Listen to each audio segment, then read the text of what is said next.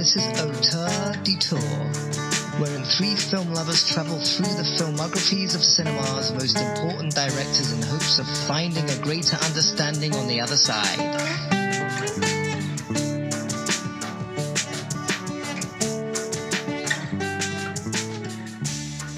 Hello and welcome back to Auteur Detour. This is our first episode of Season 3. I'm Chris Balaza. With me, as always, is Ian Hinckley. Hi! Oh, my. And Travis White. I did that on purpose. This is my last episode. No, just kidding. Hi, guys. Man, Season 3. So if you were just now tuning into Auteur Detour, in Season 1, we covered the Coen brothers, all 18 of their movies. Which was amazing in itself, right, guys? I mean, 19 by the end. 19, right? If we included, if you count Macbeth. Oh, kind of, yeah. And then, of course, Season 2 involved Alfonso Cuarón, which also was awesome. I think we learned the lesson of a slightly more tight filmography of 10 films versus 19 was a little bit better way to go. So, with that in mind, we are beginning Season 3. This particular season's director is that of none other than Christopher Nolan. Christopher Nolan has, I think, to his credit now, 11 films, with a 12th being Oppenheimer, scheduled for release very soon. So I'm not sure if we're going to get to cover that, but I hope so. We'll see. We'll cover it someday. Someday. We'll keep that on. Yeah, He's on the docket now. He's on the hook for life, I think. We got that. Exactly. So, right. So Christopher Nolan is the pick, and this particular episode involves his very first film. So this movie is called Following. Following, released in 19... Wait, don't get into Following. Let's talk about our Nolan. Sorry. I just want to talk about, before we get into it, like, you picked Nolan. Is he one of your favorites? Right, good call. Was it more just like it fit with the theme of our series kind of thing? Like, what's your... That's a great question. Yeah, so of course I selected Christopher Nolan this time. One of the biggest reasons, again, like I just mentioned, was part of the accessibility of the filmography. If we wanted to really cover each of these directors' films from start to finish, I think a filmography of about 10 or 12 is a little bit more doable than 18, especially when not every director is as eclectic and diverse as, say, the Coen brothers, which actually kind of worked out from, a long season of 18 different movies. One of my initial thoughts was Denis Villeneuve, of course, but really looking at it and thinking about it, that guy's movies end with a lot of bummers. And I think by the end of the 10 movies, we're going to want to kill ourselves. So I don't want that. And I don't want that for our listeners. Christopher Nolan. Yeah, right. Well, Nolan at least has a really diverse filmography here, there. He touches on a lot of different genres. They're crowd They're pleasers. not always. Yeah, well... No, they're serious, but they are crowd pleasers. Okay. Even the bleakest ending, I think, leaves you with kind of like a whoa, cool. You know what I mean? They're like Fair little they're gizmos. Fair they're enough. They're contraptions. That's a good point. I don't think they're depressing at all. No, I don't think that they're emotional enough to be depressing. That's my main issue with Nolan, honestly. No, and I was just interested to get into some of the really I'm excited to rewatch a good number of these movies because there's a number that I just haven't seen. He's not a director. I just go, I can't wait to throw that one back on. It's a experience that I enjoy when I undertake them, but they're not top of my list. You guys recall, if anyone listened to our top picks, I don't think a single one of us picked a Christopher Nolan movie except maybe Inception. But I almost did. There were several Christopher Nolan movies that I considered for my top 10. I'm a huge Christopher Nolan fan, and I've rewatched The Dark Knight Rises maybe more than any other film that's come out in the last 20 years. What? I've seen it so many times. We need to get into that when it that's comes like a to it. 3.5 I have a lot hour of movie or questions. something. Anyway, yeah. I have a lot of questions Nolan. for you about that. Yeah. I'm very excited to rewatch these movies. I'm excited to rewatch most of these movies. I'm also anticipating a tough one because I feel like me and Travis I feel like what Travis loves about these movies is what I hate about them. Because I do love a lot of Christopher Nolan movies, but the things that I already know, going into it, that some of the stuff, the incredible amount of exposition dumps that he has in his movies that drive me insane, I know is one of the things that Travis loves about him and his skill with that. So I just know we're going to get into some disagreements this whole season because I do feel we can get into it as the movies go on, but while I love the Dark Knight trilogy, and like I'm never like that movie sucked when I finish a Christopher Nolan movie. Like I'm always kind of like this part was amazing as a whole. Maybe like it can swing either way for me, but you know he can leave me feeling very frustrated with his mathematical sort of lack of understanding human emotion. You know, at least for my human emotions anyway. I don't know, maybe he's got a different sort of internal mechanism that drives him, but it's I don't know, he gives me some trouble sometimes with his bullshit. So we agreed way too much last season about Alfonso Cuarón's movies. It was a great season. We had the most fun yet, but I'm really looking forward because I expect this season to be a little bit more polarizing, and I think that could make for some interesting episodes. So with that said, Ian, let's talk about the following. You gotta do like round one, like ding ding. We gotta edit some like sound effects in here for when we talk about these movies. Bust out the soundboard. All right, guys. So this one, of course, we're going to touch on Christopher Nolan's first film. So this one, following, released in 1998, is director Christopher Nolan's first feature-length movie. Made on a budget of $6,000, guys. This neo-noir... 6,000 pounds. Pounds. Oh, pounds. I'm sorry. He's English. Regardless, that's still like $10. You know, that's cheaper than a Robert Rodriguez movie. Nothing. Anyway, made on this budget I've never seen as low as this one before. This neo-noir tells the story of a man who starts out obsessed with following random strangers on the streets of London, and whose eventual encounter with one of those strangers leads him down a complex and ever-deepening spiral into the criminal underworld. Written by Nolan and told in a distinct, non-linear fashion, Following reveals some early insights into Nolan's signature filmmaking and introduces a number of key elements that will come to define his very singular and celebrated career. You'll notice I didn't describe the movie in as much detail because if we look at Christopher Nolan's movies, to actually describe what happens in one of his movies would take like an extra hour on probably top of any podcast. So you just have to hire Michael Caine to do it. There you go. That's what his like job in all of his movies is to do, is to describe what happens in the movie. And I would listen to that guy's voice all day. So you know, let's reach out and see if we can get him for Prestige. I think it's his first. I saw Travis winding up to do his Michael Caine impression. Let's hear it. Don't let us stop. It's coming. Let's wait until he enters the filmography. And so.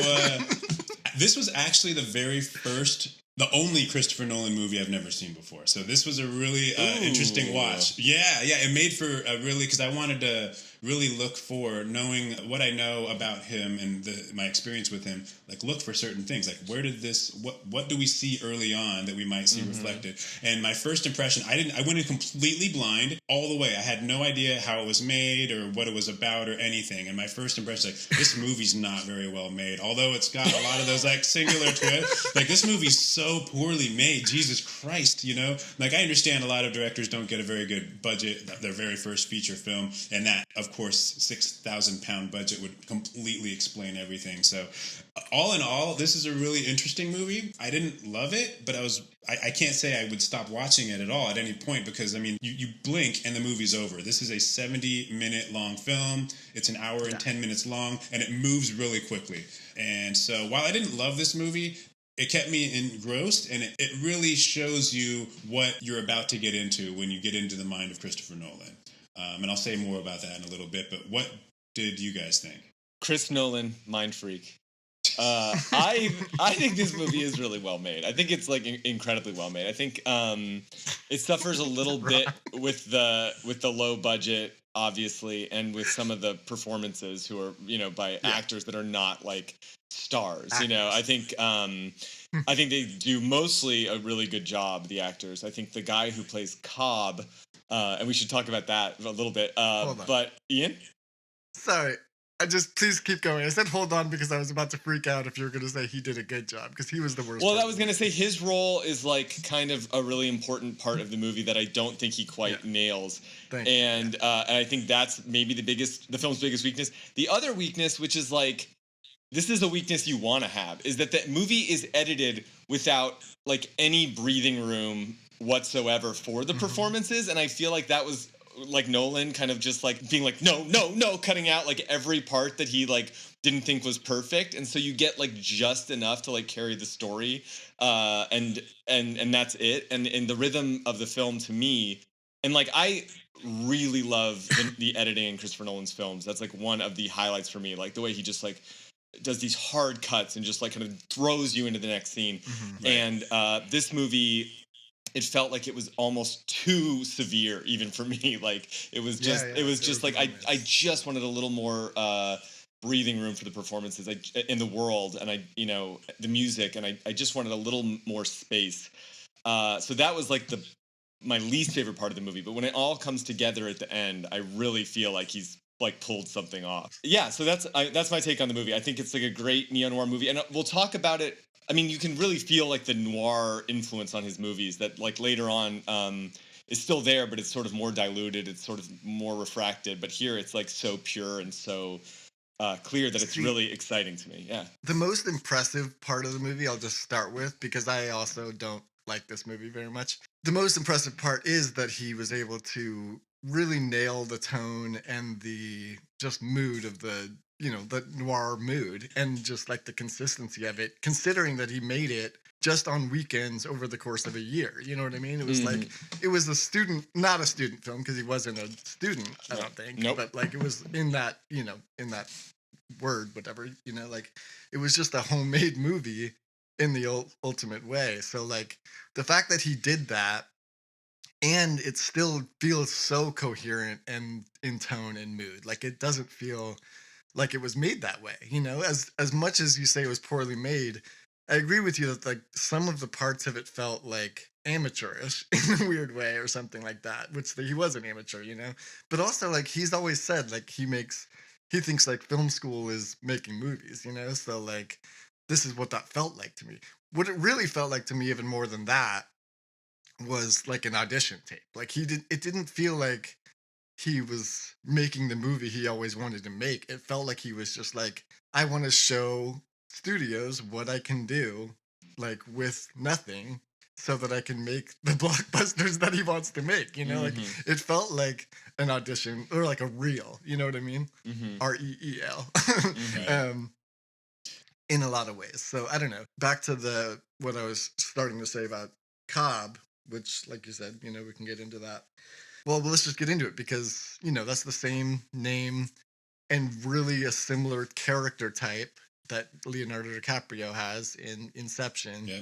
And all I could think of when he introduces himself is how much better this movie would be if it had Leonardo DiCaprio or somebody with that kind of charisma that would make you believe that like you could get drawn into this guy's seductive web of lies, or whatever you want to call it. It's lacking that thing where you just like the lead character, the writer, or is that how he's credited? The writer, young man, or something like that. The young man, yeah, right. He gets sort of sucked in and played as a patsy basically to this guy, and there's no part of me that thinks that, and I'm not even putting the blame of the movie on the actor, because it's not your fault. He did a fine job he's just not that charismatic. I don't know. It made me feel like the young man was stupid for following this guy and for falling for all this stuff, rather than being like, if it was a Leonardo DiCaprio Cobb in that, then you would like be like, oh, I get what Cobb's deal is, and I get why young man would get sucked into this shit. You know what I mean? You're not wrong in terms of like what the movie needs, because like I mean that is like what Nolan was able to bring to these very like these ideas that he brings up in this movie. Like so many of these themes and ideas you see again and again in his film, his later films, which is what's so incredible to me, and the storytelling style. And yeah, what it's really missing in my mind too is like great performances and stuff like that. However, Nolan is not working on like, oh yeah, if these two guys met on the street, this would happen. I don't think he's working on that level. You said earlier, like his idea of how human beings like relate and react like to each other is like wrong. But like, what if these aren't people? Like, what if these are like more like he's working in more ideas? Like this is like, what if you met how you see yourself in your mind? Like, what if you met that person in real life and they kind of like schooled you a little bit and like kind of like, right, Cobb is to the young man like everything kind of he wants to be, or he's able to see into his brain and like know exactly what he wants to hear and stuff like that. And I think it's more like you have to kind of look at it that way and not take it so literally in order to enjoy it. I mean, maybe like you can just reject that, but I think that's kind of more what the movie's about. I did think of that, so I know I agree with you. Like I did think I can't remember when Fight Club came out. If it okay, was so Fight Club the movie came out this. after this, but Fight Club the book came out before this, and I'm sure that he read that book because that was something that 100% crossed my mind watching this, especially when he cuts his hair and sort of tries to become him physically. But it was literally like being like, oh, okay, when this he's is like either directly like inspired by Fight Club or they were just like when he's like, oi, I'm gonna nick this chap's pants and put him in this drawer. She'll think he was having a snog. And I was like, is this like British low stakes Fight Club? This is hilarious. And yeah, and all the more funny with like how extreme that film ended up being. Like, I don't know. Oh, yeah. I know. But anyway, But yeah, I get what you mean about like in the same way, you know, I think we've all talked about it. Like I'm not a huge Fight Club fan by any stretch of the imagination, but that idea was, you know, kind of investigated there more in the same way, you know, and I felt it here too of just that like, you know, it's not necessarily about anything except for like examining the mind of a broken man's mind. You know what I mean? But also, I think it's also about, and like this gets back to what you were saying, Ian, about this being kind of like a performance reel. I mean, like a film reel or like an audition tape. His incredible storytelling ability, and I think all of Christopher Nolan's movies like are kind of like was this a exaltations of like the like art of filmmaking and the art of editing specifically, and the way he's able to throw you into a new scene out of like you know, in like temporarily like temporally out of order, and like temporal pincer movement. I'm gonna he's able to throw you into a scene with like absolutely no context and just you're completely off your bearings and you have to kind of like lean in to like soak in what's happening, and then just over the course of a scene or two or a couple different setups, completely get your bearings and your footing and figure out what's going on and put it all together. Totally. And then, but the pieces don't fully form until he's given you exactly what you need. I mean, that is like incredible storytelling. I agree. Except, and maybe you don't think the story's worth telling, and I don't think if you step back, like it makes any sense as like, oh, this could really happen. But as like a storytelling, like in terms of just pure storytelling ability, I mean, and to me, that's like what the movie's about. I think it succeeds. I agree, and I know Ian probably doesn't agree, but I was immediately reminded of Memento, of course. It's probably the most easily referable, I mean, the movie that comes up the most for me in this one, obviously, specifically, obviously, due to the fact that he tells the story out of order. It's non-linear, he brings in certain things, so you're constantly after each cut going, where are we now, right? Is his face beat up? Is he wearing a suit? Is his hair short? Is he back in like the greasy leather jacket doing the first, you know, robberies with Cobb? And so you're constantly, again, like you said in the very beginning, Travis, how he constantly is hitting you with this series of nonstop basically edits where you're constantly putting together like, where are we in the movie, what's happening, and what has happened up to this point. Do we even know what happened? I remember arriving at the end and going, wait, did I miss something? And then of course, you know, the thing happens and go, oh, okay, that explains why he did that, because you know, again, but obviously like that's something that he is always working with, is like this idea of how time works, you know. I mean, temporal pincer movement, but I mean, to me, like the most effective version of it isn't even Memento. It's like when he starts to stop making it a magic trick and just it becomes incorporated into his filmmaking style in like Dunkirk. You know what I mean? When it's like, it's not the important you're not sort of blinded by the magic trick of like, okay, where am I here in this and this kind of thing. It's just like kind of reframes every moment for you, the way that he uses it. But in this, I hated it. Like, it was like, especially because he didn't invent it. Like, this came out 4 years after Pulp Fiction, like, which did the same kind of thing. And I hated it in this one when it's like, oh, he pulls out a glove out of his mouth, and it's like, okay, that's not as cool of an image as maybe he thought it was. Like it's just kind of like, okay, what's happening here? But then like later, you just see him stick a glove in your mouth. And you're like, oh, okay, that's the payoff for that is like somebody stuck a glove in his mouth. Okay, like First of all, it is a to cool me. image. Second of all, this movie is full of beautiful images and kind of indelible images. I'm thinking of like Cobb kissing the pearl earring, the woman kind of looking off over his shoulder. You know what I mean? I did like a he lot didn't- of it. You know, maybe he didn't like the guy disappearing into the crowd at the very end. Right, Which like yeah, you're like, yeah. wait, I must have seen that somewhere before, and I don't know, I couldn't place it, but I was like, that is such an amazing image. And a movie that was like very talky, and you're right, there is so much exposition, so much story happening, but at the same time, it's kind of like, I guess, grounded or kind of made artful by this like succession of like really strong images. Again, with a really limited budget, and let's say limited performers. Putting together something that's really visually cool. Right. I was definitely impressed and with how beautifully it was shot, there were these beautiful shots in it, and even just the camera style felt like Christopher Nolan to me. Like he shot the movie. He shot the yeah. film, which is pretty cool. And one thing that I thought was really funny was like, he is probably the most influential like action filmmaker of like the last 20 years. Like after the Wachowskis, like I think it's him. Ian, you look really upset. But anyway, the point is, it's funny how bad he is at like fight filmmaking, like in this movie. But I loved the fight itself. I loved how awkward and like dumb it was. Like when they finally brawl out. Like neither of them is like a martial artist. Like they just kind of like do this really awkward fight, and the one guy wins only because he fights incredibly dirty. Well, even the hammer stuff, like I'm watching it and I'm like, I know that they're not going to be able to show anything. I knew that this had a £6,000 budget, and like, there's no way that like, 1,000 of that was going to like makeup effects and like exploding hands or heads or anything like that. But I was just like, I still felt like there could have been something. Well, I was like, does he care enough about shots. realism to like murder a hobo for this scene? And that's what I wanted to see. But no, I don't think he did.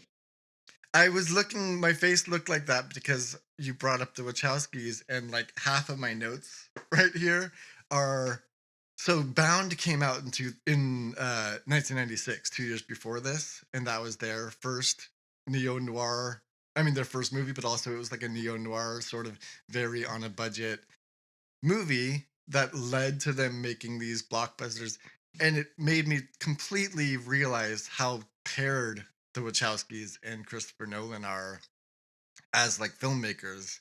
And to me, the Wachowskis, I like Christopher Nolan movies more often and sometimes more than the Wachowskis movies. But I think that what they do is so much more interesting to me, like in a weird way. Like the swings that they take are way more interesting to me in terms of like melding blockbuster filmmaking with art house filmmaking, which is what they both kind of do. That's like the idea behind or at least what people say that they do. I don't know. Do you agree with that? Like they're really just so bound together. That's who uses bound about them. Well, yeah, it is interesting. They both bring a lot of like philosophical kind of stuff to their movies, right? Yeah, I don't know.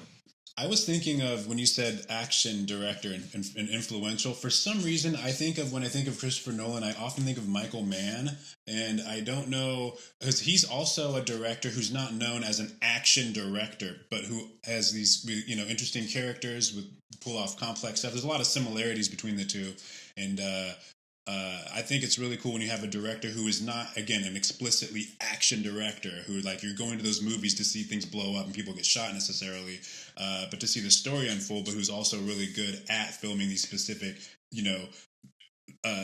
very like elaborate, orchestrated, action scenes. So I was reminded of Michael Mann, I think, when you said, as an action director. Sure. Basically one of the top Christopher Nolan action scenes is just a ripoff of Michael Mann. Exactly. The action scene in like Inception with a floating one is really great. Like I agree he's got, I wasn't making that face because I disagreed that he's a great action and an influential action filmmaker. Like, I think he definitely is. It was more just that I was like, I need to get into the Wachowski of it all. I just want to kind of clarify my statement. When I say he's the most influential action director, I stand by that. Like when the Matrix came out in like 1999, it completely changed how like every studio made action movies, and we started seeing like the underworld films and like Van Helsing and like everything, and like even like Lord of the Rings, I mean, I think was influenced by that, the way you could use the camera, like I mean like a digital camera to film crazy stuff. Like every single film, when Christopher Nolan's movies started getting popular, his Dark Knight movies specifically, all that kind of kind of slowly started to go away and was replaced by these big clunky action sequences, like, and I don't mean clunky in a bad way. I mean, I feel like Christopher Nolan kind of brought gravity back to like action movies, where like you were just like a little person watching a giant screen, and like a real truck gets flipped over, and it's like so much simpler in a way than like what you've seen like a Transformers movie, and yet the weight of it was so much more palpable as like an audience member, and all action films started to go for that. I mean, I remember seeing something like a kids movie that had an action sequence, and it had this big bombastic what's his name, Hans Zimmer-esque score, and it had like people like just like dropping things onto the ground and feeling like these reverberations, and I was like, this is like a Chris Nolan kids movie, and it was like really kind of but it's shocking. also, anyway, I mean, the Wachowskis, like, they changed it all with the Matrix, like you said, and then Nolan definitely with the Dark Knight switched it back. But also, like, the Wachowskis' later action movies aren't even, I mean, we've talked about them, and I want to talk about them someday more, because they're less about the action and like redefining it as much as they are just like these weird fucking art movies. Like, I mean, Speed Racer is like, we've talked about, it's like fucking surreal and super. I wouldn't even call that an action movie, even though it's like propulsive action the whole time, but it's just weird. And then, like, I don't know, maybe they were trying, I just think that they're, I agree with you. I'm not even using that to disagree with you, except for that, like, that was like a weird jet propelled thing forward when they made the Matrix, and then Nolan like brought it back to what it actually is. You know what I mean? Like, no, I don't think. Well, maybe he brought it back a little bit to like when effects were more like practical, But I think he did it in a specific way that I think. I don't know. Him coming out like in the early, like in the like kind of later 2000s, kind of changed things a certain way, and now it's back to like some sort of like hybrid. It's like the superhero model now, where they try to kind of split the difference, and it's kind of shitty. He stole. I mean, not stole. He clearly was like aware of the Wachowskis, like, and kind of very much contemporaries with them, because like his next movie, we aren't going to get to that yet, but like has Joe Pantoliano and Carrie Ann Moss. It's like, which is like their guys from Guy and Gal from Bound and The Matrix. Yeah. I don't know. And of course, The Matrix was a huge influence on Inception. Let's talk more about this movie, you guys. I like the music was pretty cool, I think, too. There's like a really specific undercurrent. That was one of my favorite things, yeah. I remember the scene where... I'm sorry. I was just going to say, I remember this. What stand out for you guys were talking about certain moments that really stand out. What really stood out for me, even though I didn't like the way it was filmed, but there was a scene in which the main character, the young man, I guess, I think he's going into the Kingpin's spot, and it's really dark, and it follows him, right? The camera's following him, and it's really dark, it's hard to see, but there's this great score in the background that really gets you into this sense of danger and the sense of like, oh shit, something's gonna happen at any minute now, so just something like that alone gets that attention to detail really helps immerse you into the film, and I think that's a trend that he likes to continue as he gets to work with even bigger and bigger named sound engineers.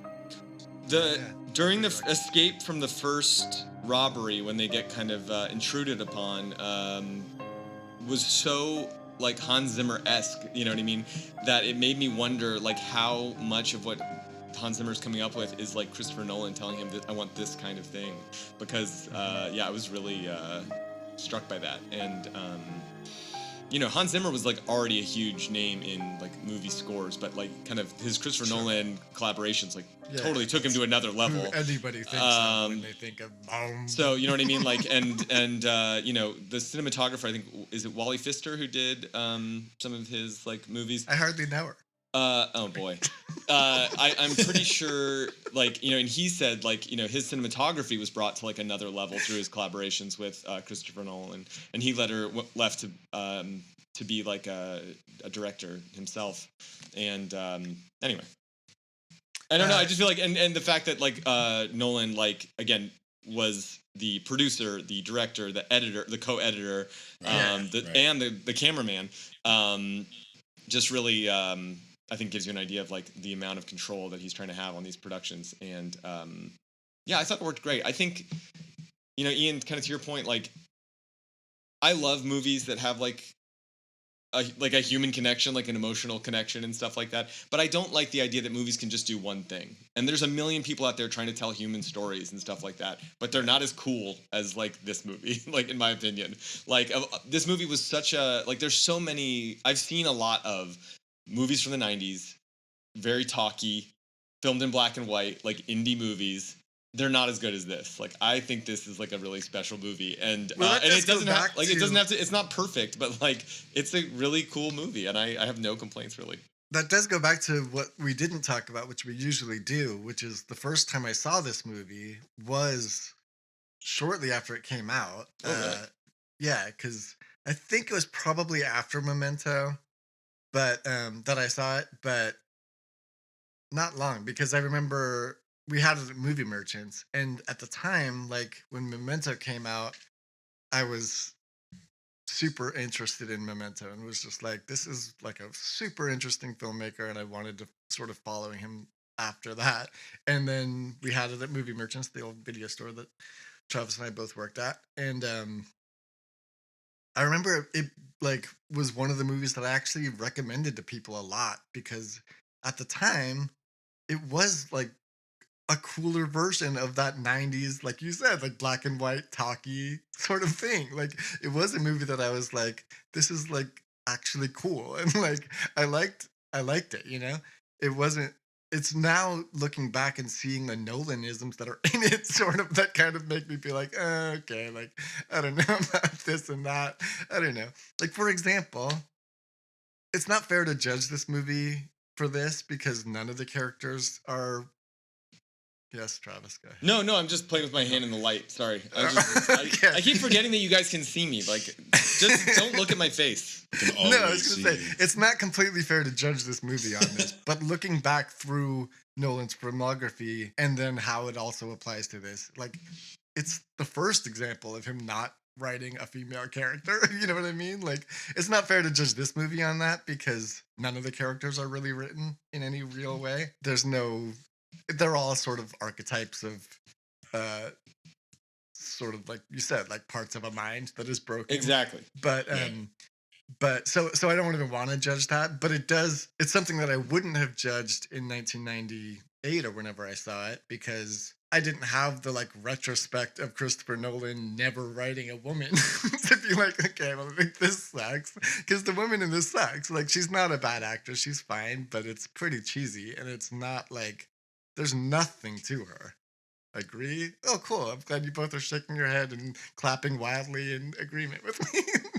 Yeah, I mean, like you said, it's kind of just his writing style. Like, all the characters are not really fully fleshed out, and I think the female characters in his movies, especially, I think, suffer from that. I think that's totally valid. It's gonna be fucking hard getting through. I mean, we're recording this season a little slower pace, so imagine if I was watching these week after week, I would be like fucking Christopher Nolan by the end. We'll see how I. These are not like, you know, deep character studies, and there's a lot of other filmmakers who make movies like that. But like, again, okay, yes, I had to compare this to Blood Simple because that was like a neo-noir first movie on no budget, same kind of thing that we already covered. Yeah, and the difference is just that, like, the reason why that one, which didn't have any much bigger of a budget, right, like, you know, not really, the reason why that one like sucks me in, and I still have these like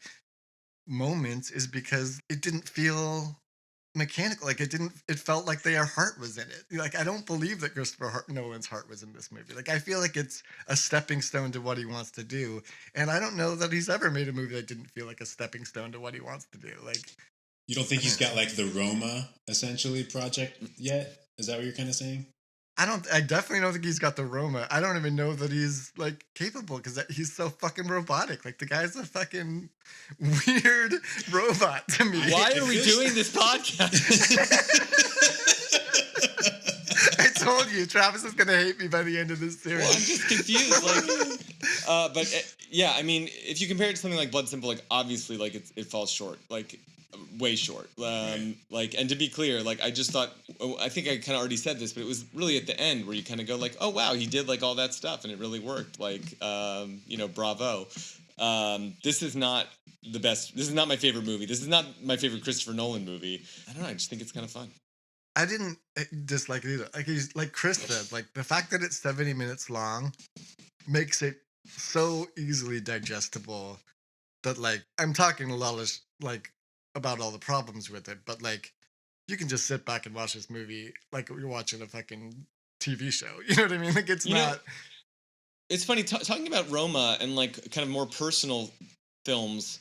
The writer character was like almost like it seemed to me like there are a lot of characters like that in his movies. You know, these kind of people that are sort of like trying to like form themselves and like I was really struck actually the first conversation Cobb has with the young man, and he's just like, oh, you think you're this? I think you're this. And he's like kind of like, you know, just basically like inside his head kind of like pointing out all the flaws that he like kind of refuses to see about himself. I was really struck at how close that conversation was to Liam Neeson talking to Christian Bale in Batman Begins when they first meet, right? And he's just like manipulating this guy to like, you know, kind of follow him and like join his cult basically. Of course, Bruce Wayne's will is like stronger than this guy's will, but then throughout his training, he's like telling, you know, whatever, Bruce Wayne, like what he wants to hear and kind of like what he needs to hear, right, to like build him into this kind of like super soldier guy. But anyway, what I was going to say is just the character of the writer, I mean, reminded me like, or it felt to me like it might be like the closest thing to like a Christopher Nolan, what do you call it? Surrogate in the movie. And I thought it was like really interesting that it was like, it felt really critical, you know what I mean? And it was sort of like, to me, it was sort of like about the process of like becoming yourself and like making decisions of like, I'm going to look like this. I'm going to act like this. I want to be that person. What do I have to actually do?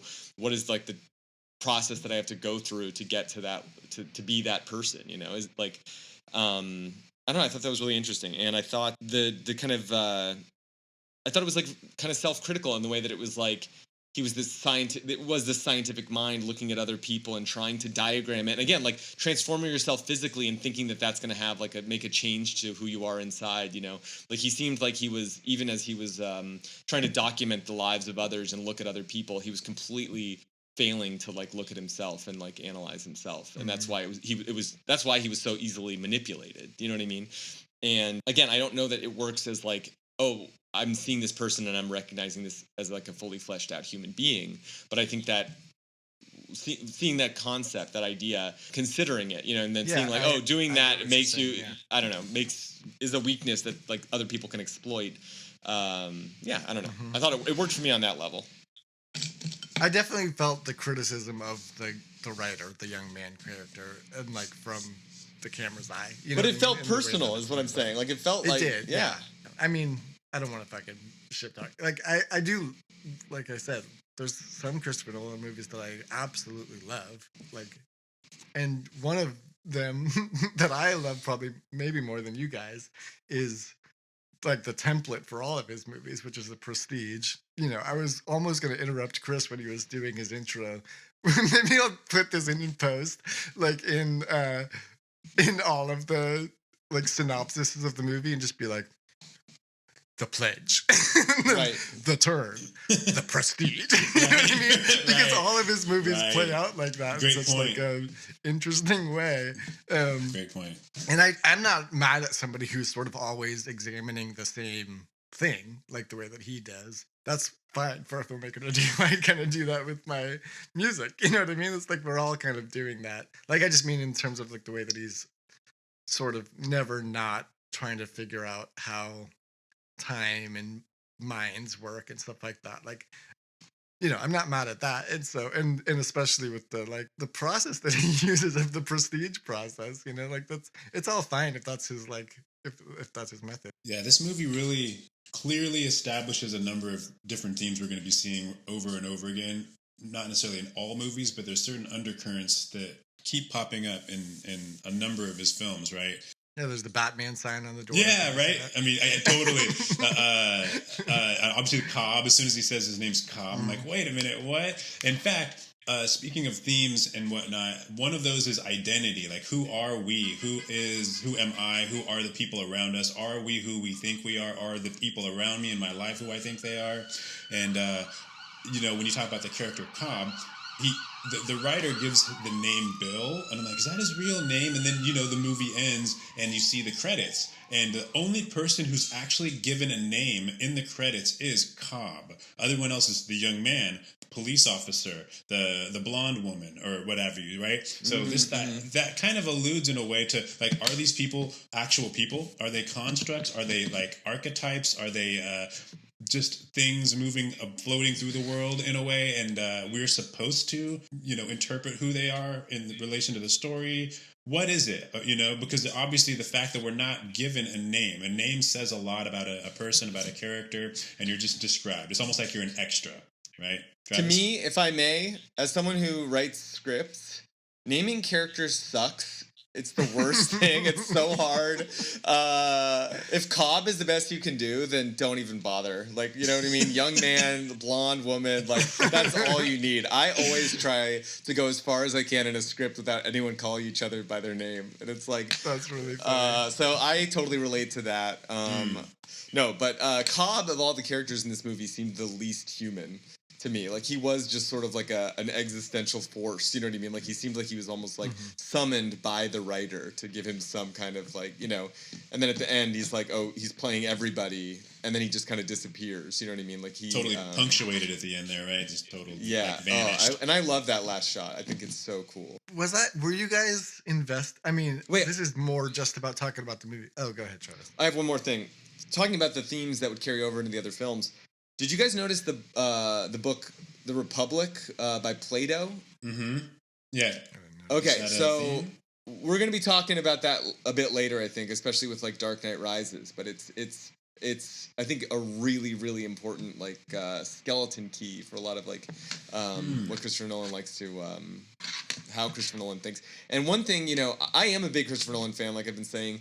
I do think some of the issues that or the things that you're taking issue with in this movie, Ian, are going to come into play like later on. Like, I think they do become like annoying and distracting, and I don't think that's happening here. Or I don't either. That's why I said, like, when it came out I liked it, but it's just like in retrospective, seeing all of his movies, it's it feels. I mean, this movie does feel a little chintzy. I mean, it feels like amateurish a little bit, but by a really brilliant guy. And I think later on, he seems to be going more in that direction, like with Tenet, and we'll get into that. But like, that's how it felt to me. Like all those kind of like weaknesses in his work were kind of coming back up when he's trying to see how like far he can push these stories into like the abstract. But for me, one of the big problems I have with Christopher Nolan is his politics, and we'll get into that. But that's something where it's like, as brilliant as he is, his politics are so bad and so boring and like on their like ridiculous on their face, especially with Dark Knight Rises, which again is a movie I love. And Dunkirk too. I mean Dunkirk, yeah, absolutely. Yeah, absolutely. Yeah. But I agree with you, and you know. There's also like, there's moments in this movie like you know, I take it away so that they know what they have. Like these kind of like supposed to be poignant moments that are also part of his own bullshit. And like, there's a part of it that I'm like, is this Christopher Nolan knowing that he's being collegey and sort of chintzy or whatever, you know what I mean, with that kind of dialogue? and I don't know the answer to that, except for that he's also a guy that like still doesn't have an email address and a cell phone. I'm like, I think he's just like kind of a fucking like I don't know, like a pretentious douche. That's not really that cool. You know what I mean? Like, I'm not saying that you have to have an email or a cell phone, but I'm just saying like it's a choice that like somebody would make if they're also the kind of person that would say something like, I take it away so that they know what they have. You know, it's like this was made in 1998. He was in his 20s. Whom amongst us? That's all I agree. That's what I'm saying. I don't know if it's like collegey. Like I'm not even when it came out. I was younger, you know, and like younger than collegey even. But like you were younger back then. That's kind of sus. Well, temporal pincer movements aside. No, I just mean like, of course, we've all been there in college. I don't know. I would hope that he kind of knew what he was doing by making, because it seems like he did, because Cobb ends up being full of shit. Like when he's saying that, that's not why he's doing that stuff. You know what I mean? So there's part of me that's like, oh, I could give him the benefit of the doubt and be like, okay, he's not just being sort of college movie sort of amateur bullshit with that kind of dialogue. But who knows? Because then I look at him as a person and I'm like, I don't know. He kind of does seem like that kind of guy to me. So basically, I hate Christopher. I'm just kidding. I actually do like him a lot. I like his movies. I don't know. We'll see. We'll get into more when his movies actually get a little more substantial in terms of actually the movies. Again, but as like a puzzle, as like a magic trick, this movie is totally successful. It does exactly what it sets out to do. It's fantastic. It doesn't work on a human level, but it works on a story level. It doesn't work on a puzzle level. What happened in it? Like when it reveals at the end that he was double crossing everybody, that Cobb was also double crossing, that, you know, there's this turn when you realize, you know, and I'm using that term on purpose because of the prestige, where you realize that like, oh, the blonde and Cobb are actually together, right? They're working to double cross. And then there's this reveal after that Cobb was also double crossing the girl and stuff like that. Yes. It feels linear. Like it doesn't feel like a puzzle being put into place. It just feels like it's like, oh, how is he going to hurt her next? Like, who's he going to do this to next kind of thing? Like I didn't feel like it was like, oh, now this makes sense and now that makes sense. It just kind of felt like, okay, so like, okay. You got played, Ian. Admit it. He played you like a violin. Got him. Somebody's sad that they didn't see the twist coming. Got him. But you liked it, Chris? You felt like it was a good first film? Yeah, absolutely. It wasn't Blood Simple. That was one of the only, at that time, Coen films that I had not seen either. It was the directorial debuts. And like I said, each one really kind of gives you an insight as to what you can expect moving forward, as what their value in certain themes. But I really liked it as a first film. Like I said, if this was a really long movie or a little bit long, it just moves so quickly and keeps me at least trying to put it together long enough to like realize, oh shit, this movie just ended. That's it. Wow, you know. And again, at certain points, like, did I miss something? Because my hearing isn't always great, but I'm often, you know, paying right attention to the movie. So I don't know. I enjoyed it. It was, again, it was engaging. The acting wasn't amazing, but I think I liked I liked Cobb better than both you guys did. I thought he did a solid job.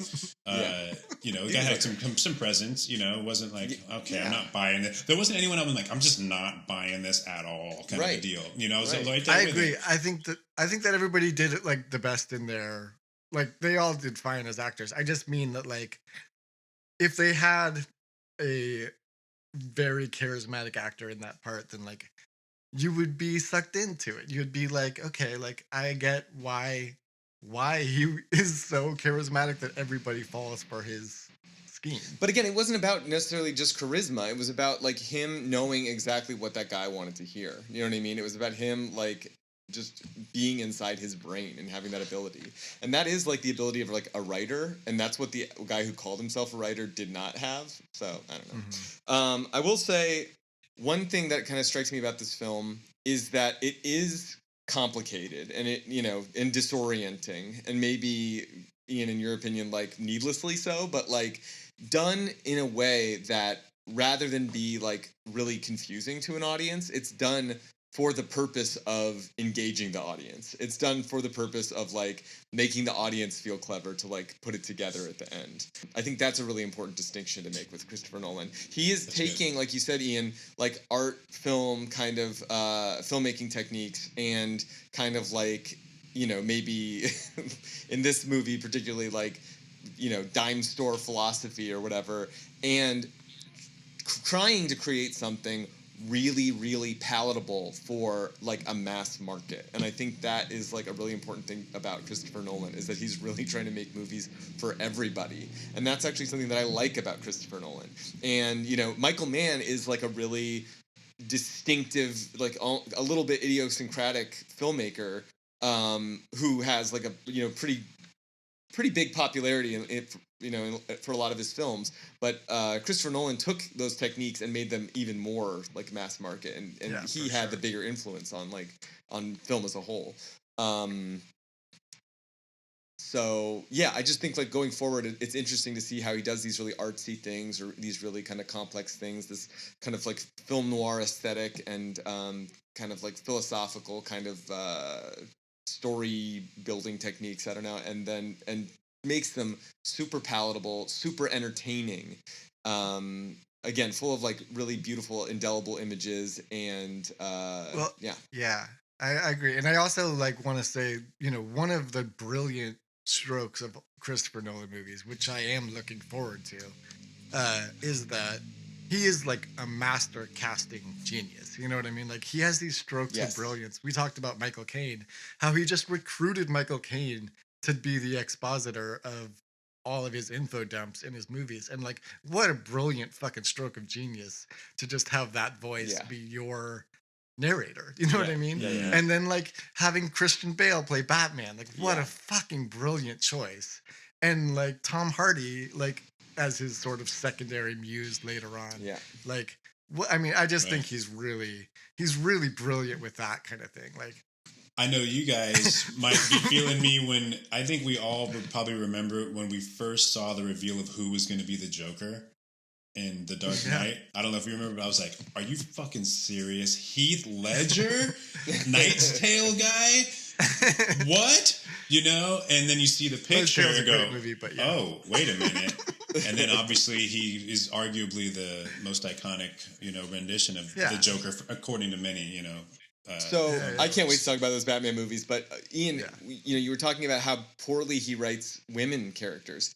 Mm-hmm. That's also his weakness in casting. There are so many female characters in his movies where you're just like, you know, I'm thinking of, we'll get into it, but like there's so many movies where like the weak link is the female character, and especially like in the Batman movies where they had to recast the main female actress and they still arguably didn't get it right. Yeah. And, Inception. And that's why I think that's... How do you get Katie Holmes against fucking Christian Bale? I don't think Katie Holmes did that badly. I'm just going to go on record right now. I think she pulled off, well, we'll get into it, but yeah. I don't think she did that bad, but... I'm not even saying that either. I just mean, like, it's not a stroke of genius casting. It's funny that he's, like, he clearly has, like, a weakness or a blind spot when it comes to women, but, like, a movie like Dunkirk, like, every role is, like, cast, like, so perfectly and performed so incredibly. Even, like, you know, Harry Styles, it's like, yeah, he's great. Yeah, absolutely. Should we rank them? All right. Just kidding. Yeah, sure. Follow. Ian, -1. The following. No, I don't. I give this movie like a 6. I don't even. Do you guys know about the famous? Did you say it I sucks? talked about it on the podcast, the Hinckley rating system. The Hinckley rating system? How are we starting our like 40th episode and you're just now unveiling the Hinckley Can I rating just walk system? you through it really quickly? Do you guys have to go somewhere? Because it's the stupidest thing. Go for it. Jeez. Okay, so this is something that was passed down to me when I was a kid by my movie-loving dad, he started this ranking system. Oh.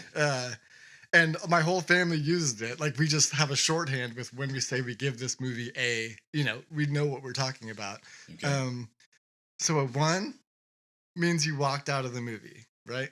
Seemingly the worst score that you could give something on a scale of 1 to 10.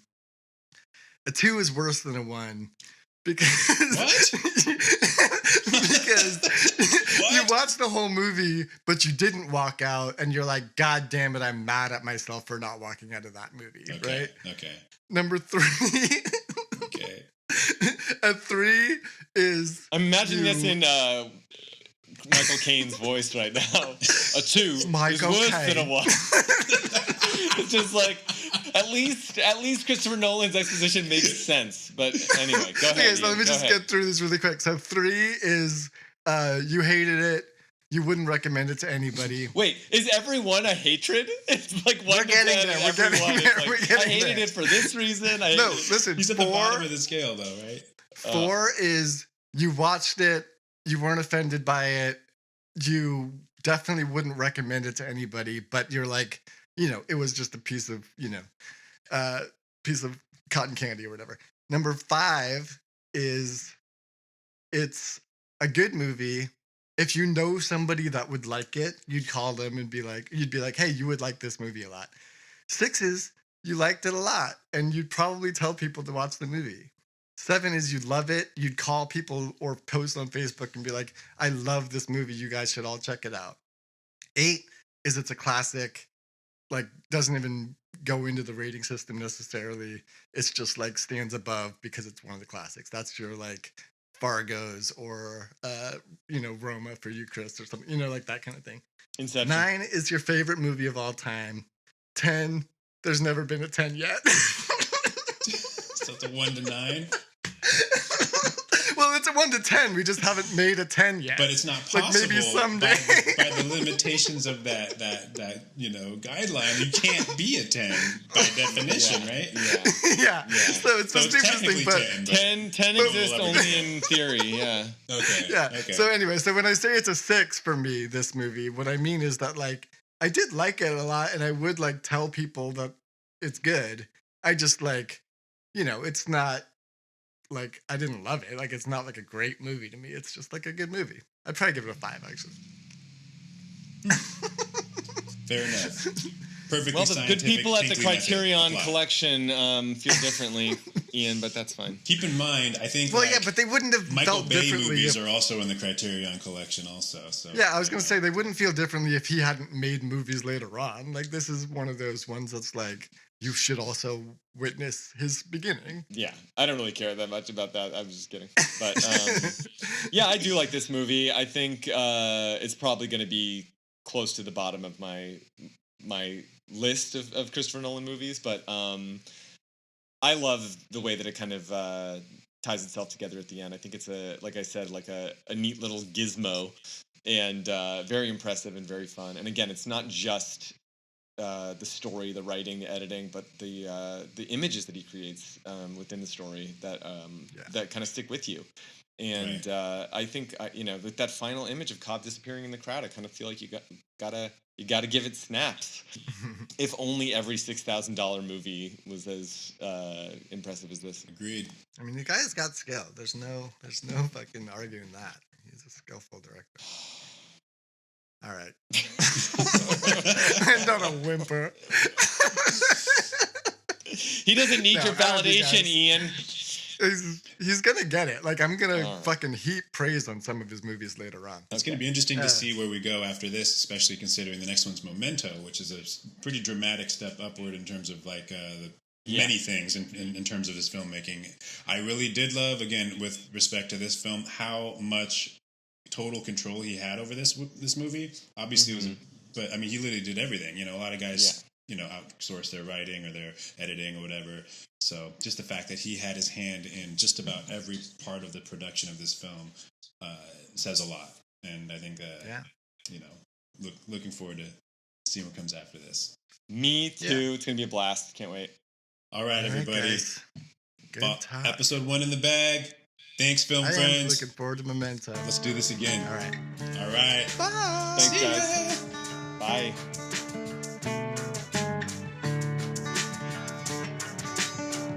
Thank you for listening to Auteur Detour.